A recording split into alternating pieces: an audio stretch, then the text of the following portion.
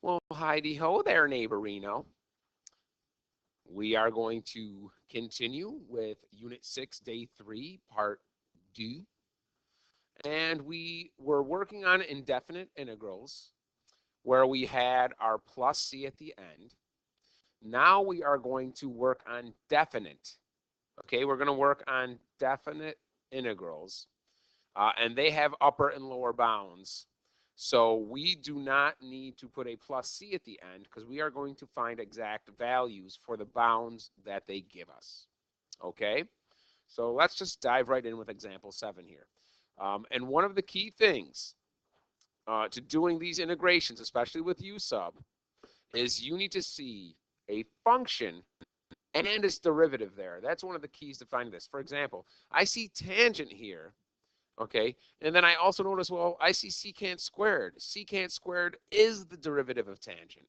So what I'm going to do is I'm going to make u be tangent of x. And the derivative of u is secant squared of x dx. So right now, for secant squared dx, I'm going to substitute in a du. And that is going to go, yeah, that is a horrible, man. The heck is wrong with me? What's in my coffee? du gets substituted in for that. And I'm going to put a u in for the tangent of x, okay? All right, this is where it becomes really, really easy. Look, all the trig is gone. I love it. Now, here is the issue, okay? Here's the issue, all right? We have two methods to do this. And you know what? I'm not even going to show you the original bounds method. I think it's just unnecessary because sometimes on the final, they ask you questions about the process, and you need to know this u sub, which to me, it's easier anyway. So what I'm going to do is I'm going to go down here, and I'm going to kind of start our problem out. I'm going to say we have the integration from pi over 4 to 0 of tan of x secant squared of x dx. All right? Now, according to our u sub that we just said, okay, we're going to let u equal tan of x. I'm going to let du equal secant squared of x. So what we're ultimately doing is I'm going to integrate this again. In for tan, I'm just going to put u.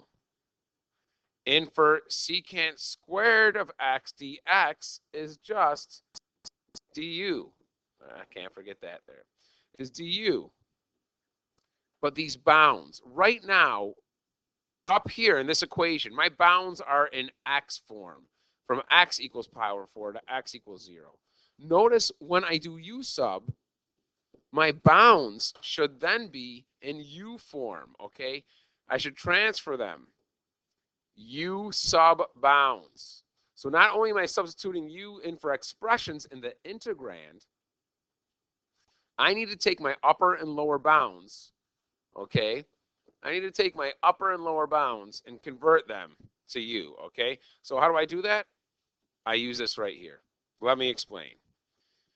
If u equals tan of x, for my upper bound, I'm going to call this ub for upper bound, I take the tan of x.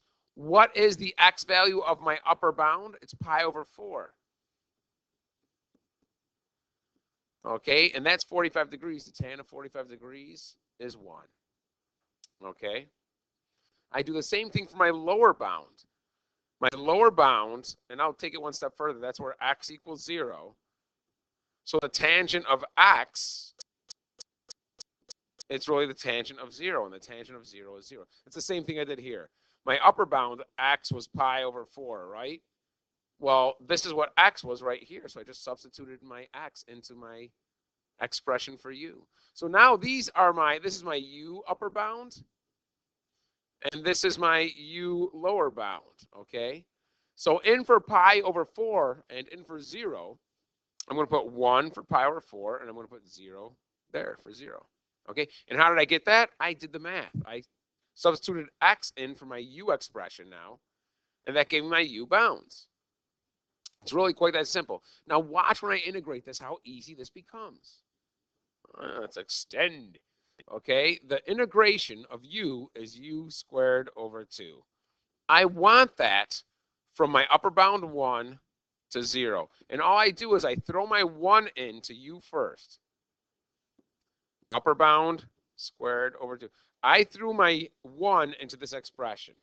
I got to figure out what this is, and then subtract throwing a 0 into that expression. I love this because 0 over anything is 0. Minus 1 squared is 1 over 2, 1/2. 1/2 minus 0. My answer is 1/2. Okay, but look how easy the integration was for the expression in red here versus the nightmare it would have been using trig. Okay, so let's try a few more of these. Get comfortable with it. Do a couple of them. Get them under our belt. All right. So, I see. All right. I spy with my mathematical eye. Sorry, I got excited there. X cubed plus 1. The derivative of x cubed is 3x squared dx. Okay, so I'm going to make my u be x cubed plus 1. All right, and I'm going to make the derivative, or I should say I'm going to take the derivative. The derivative of x cubed plus 1 is 3x squared dx. I mean, it's right there in front of your eyes. It's beautiful. So before I do any of these substitutions, okay, there's a few more things I got to do. I got to change my bounds, all right? But let's rearrange this first so it kind of makes sense here. So I have the integration from 1 to -1. Anytime, I tell this to my students all the time, I see a radical sign, I'm going to change that to an exponent because when I take derivatives or integrals, I need the exponent. So I'm going to make that, okay, x cubed plus 1 to the 1/2 power because the square root is the same thing as 1/2 power. Okay, I did this, and now I'm multiplying it times 3x squared dx. Okay, now let's start substituting things in, including the bounds. My upper bound is currently 1 in x form. Don't forget, these are x's right now. But I'm going to put u's in, which means I also want to substitute u's for my bounds. Okay, so right now I have x equals 1 for my upper bound, and I have x equals -1 for my lower bound. So let's put a 1 in for this x. Okay, so we've got 1 cubed plus 1. That's 2. That's my new upper bound, my u upper bound. Now let's put a -1 in for this x. Okay, -1 cubed plus 1. That's 0. Okay, I really should put parentheses around anything I input. Okay, and that's my lower bound. So after I do my u sub, these are going to be the u bounds. Okay, so let's go ahead and do this. Integrate from 2 to 0, my new u bounds. This becomes u. So instead of taking x cubed plus 1 to the 1/2, it is u to the 1/2. And this whole piece of poo-poo becomes du, because du is 3x squared dx. So much easier, u sub, okay? So I'm going to add 1 to my exponent, and then I'm going to divide by that. So we got u to the 3/2 divided by 3/2. Anytime I divide by a fraction, I multiply by the reciprocal. 2/3 u to the 3/2, and I want that from 2 to 0. Okay, so let's go ahead and do that right now. Get some space here. Boom, there's some, oh, that's too much space right there.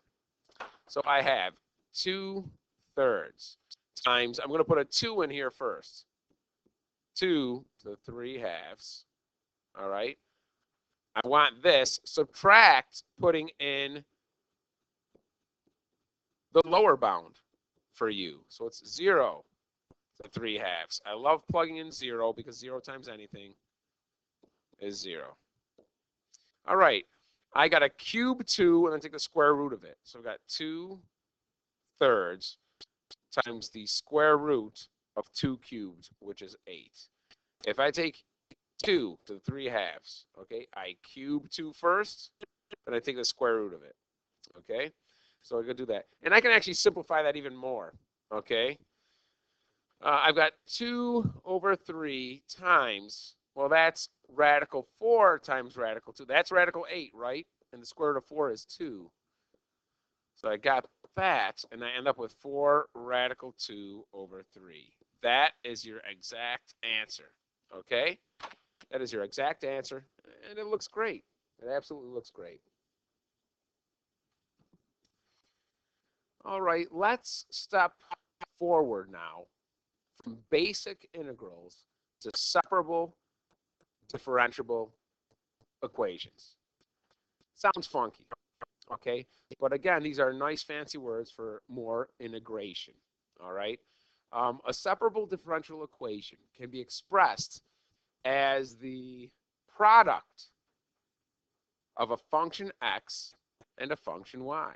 Okay, you can see there's a product right here happening. Now, what we want to do here is we want to get the y and the dy alone on one side. So basically, I want to get my y and my dy alone on one side. All right. After that, I'm going to integrate both sides. And then I'm going to solve for y. All right. So follow through with this first problem. I'm going to do it kind of like slowly and deliberately and, you know, kind of try and give you some good explanations along the way. So the step 1 is critical. If I need to get y and dy alone on one side, the first thing I'm going to do is I don't want dx alone on my left side anymore. Okay, so I'm going to multiply this side by dx. What I do to one side, I have to do to the other. This is going to cancel. I now have dy equals 2x y squared dx. Right? Now I have my y on the left side. I also want my y squared because step 1 says I want to get all my y's and my dy alone on one side. I'm just putting it to the left side. Okay? So to the right side, I'm going to multiply by 1 over y squared. This will cancel with this. What I do to one side, I have to do to the other. So let me rewrite this in a nice clean form. I have 1 over y squared dy equals 2x dx. All right? Now that I've done step 1, I can do step 2. I'm going to integrate both sides now. All right? I'm going to integrate the left side, and I'm going to integrate the right side. I'm going to integrate them both. They both have an expression, an integrand, and a dy or dx, a dummy variable. So I can absolutely integrate both sides. Before I do that, I'm going to change my left side a little bit just to make it easier to integrate. So I'm going to have the integration. I'm going to bring this y squared up and make that y to the negative 2 dy equals the integration of 2x dx. Now it's a million times easier to integrate. I'm going to go for it. Wish me luck, people. I'm jumping in. Bam. So I get here.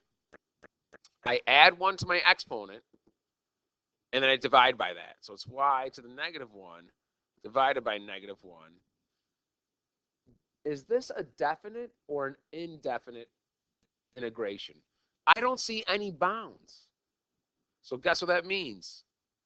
I need a plus c. Okay? Equals. If I integrate this side, the right side, I add 1 to my exponent, which is currently 1. It becomes x squared, and then divided by that. So my 2's are going to cancel. I end up with x squared plus c. Both sides need to be plus c. So let's clean this up a little bit. All right? And I'm showing you every step along the way. I'm going to clean that. That's really just negative, excuse me, negative, we'll call that 1 over y. Okay? I'm going to take my y to the negative exponent. I'm going to bring it back down because eventually my third step says I got to solve for y. Okay? It's hard to solve for y when it has a negative exponent. So what I did, okay, this was a negative fraction, negative 1 here. So I took this and brought it down. So now I get 1 over negative y to the 1, and I just put my negative up here, or out front. It's no big deal. Okay, so I really have 1 over y. It's negated, okay, plus c. Yep, wow. Look at me go. Negative 1 over y plus c equals x squared plus c. Now I've integrated and cleaned it up. I'm done with step 2. I need to now solve for y. Okay? Now, I get y equals by itself. The first thing I'm going to do, and resist the urge to do this. Okay? I want to get my c's over. I want to get my y isolated. So I want to get rid of the c. Okay? This c cancels. This one does not. This will still remain x squared plus c. You may be saying to yourself, Visca, I really don't get that. Let me explain. What if the constant on the left was 3 and the constant on the right was 7? If I subtract them, I'll still end up with a constant. If the constant on the left was 3 and the constant on the right was 3 as well, I would still end up with a constant 0. So if you want to think of it this way, this is constant 1, this is constant 2. You have 2 different constants. When you subtract them, you will still end up with a constant. Now, in the book, or in any calculus book, chances are they won't have little 1s, little 2s, and little 3s there.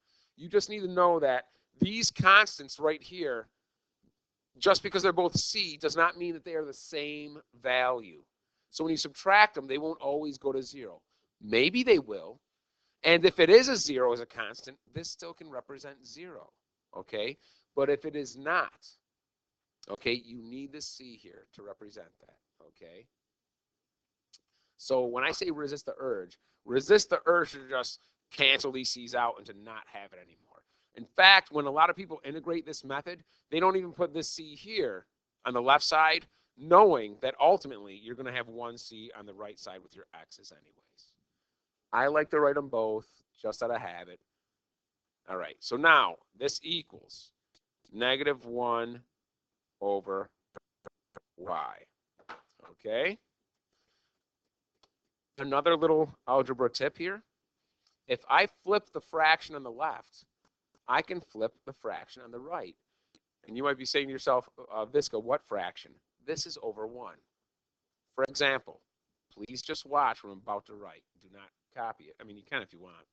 If I have 3 over 6, that's the same thing as 1 over 2, isn't it? It's a half. If I flip my left fraction, I can flip my right fraction, and it will still be equivalent. Okay? That's exactly what I'm going to do here to the right side. Okay. Now you can copy what I'm about to do. If I flip this fraction, I get y over negative 1.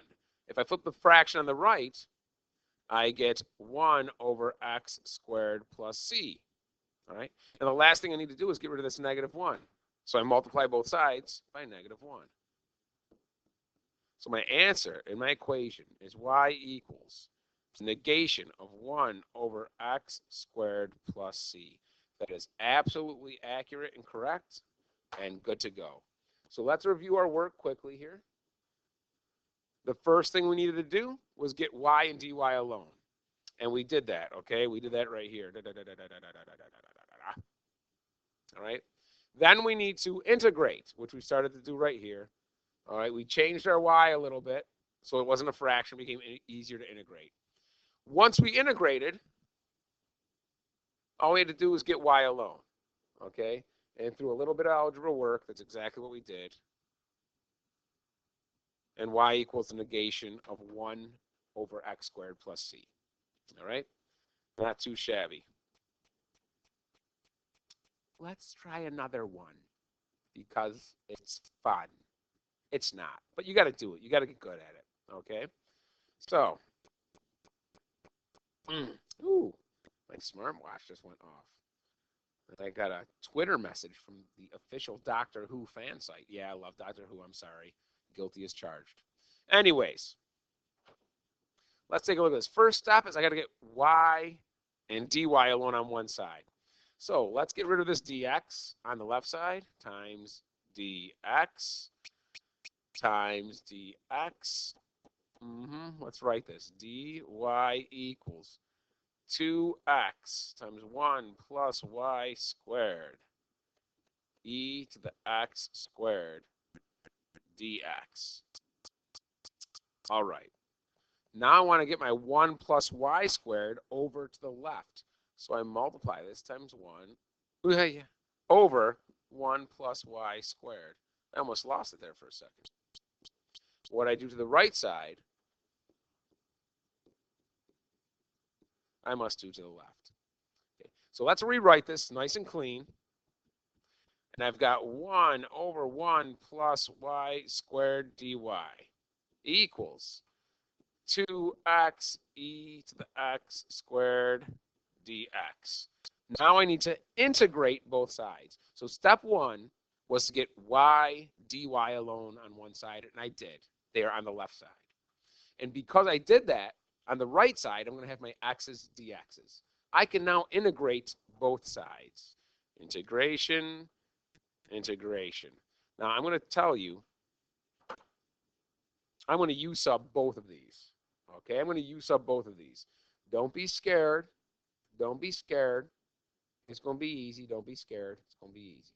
All right. So, let's do this for 1 second. Let me show you how the integration works. And I'm going to start with the right side. Okay.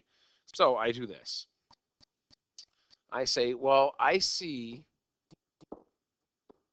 a function x squared, and its derivative 2x is right there. Okay, so I'm going to make u be x squared, and I'm going to make du be 2x dx. So when I substitute this in, I have the integration of e to the u, because x squared is u, and substituting in for 2x dx is du. This is beautiful because the integration of e to the u is e to the u plus c. All right. Now, what is my u again? I got to substitute that back in. I don't have bounds, so I can't do u sub in the bounds. I'm done. I need to put my expression back in for u. What was u? X squared. So ultimately, I'm going to have e to the x squared plus c. Now, what about my left side? Now, I was going to do u sub on this left side before I caught something here. This is one of those fancy rule things that you just need to remember. The derivative of inverse tan is 1 over 1 plus x squared. Big deal.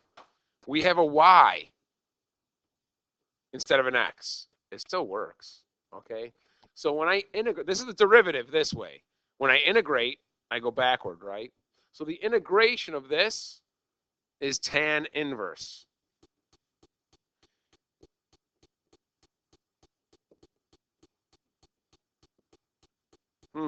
That's one of those simple ones. Hopefully your math teacher has a poster in the room to remind you of that rule, because that's one of those funky ones that if you keep integrating and you're using u sub and you want to go, that might be one that just slips your mind. And it will drive you crazy until you realize, oh, that's just inverse tan. It's a rule. I really didn't even have to do any work. It's really just substituting it in. Okay? So, let's go over our steps again. We got y dy alone on the left side. Good. That gave us x dx alone on the right side. We have integrated both sides. Now we just got to solve for y. All right? So let me do this. In order to get y alone, we really don't do this that often. And in fact, we really don't do this that often. Okay? But I know that the opposite of addition is subtraction. I know the opposite of multiplication is addition. So when I'm solving for something and I use reverse math, Okay, those are the operations. I know the operation of a square root is to square something. But what's the opposite of the inverse operation of tan? So what's the opposite of tan? Negative 1, and it's really simple. I just take the tan. Tan and tan 1, they cancel. They're inverses. So I just end up with y. What I do to one side, I have to do to the other. The tan of e to the x squared plus c, and you are done. That might have been something where you're like, man, because we really don't ever do that in class. All right? But when you think about it logically, what's the opposite of sine? I don't know, sine inverse. And it is. What's the opposite of sine inverse? Sine. Okay? So that's it for our problems. But I would like to point out one more thing. In another generation or so, we might be able to use the calculator to find all of our integrals. Okay? But until then, remember that half of the AP exam and half of the nation's college professors do not allow calculators. Okay? Some of them don't, some of them do. I hope you get one that allows calculators. Okay? More and more are starting to allow calculators because if you have a job and you had to calculate something, you could use a calculator. Okay? But some don't. The AP exam is like the SAT, where there's a certain part of the test where you get the calculator, and there's a certain part of the test where you do not get the calculator. That is for both multiple choice and short answer, not just short answer. Okay? So you must practice finding the integrals by hand until you are good at it. All right? And hey, that's why we're here. That's what we do, teachers. We help you get good at something. And if you have questions, please ask. All right?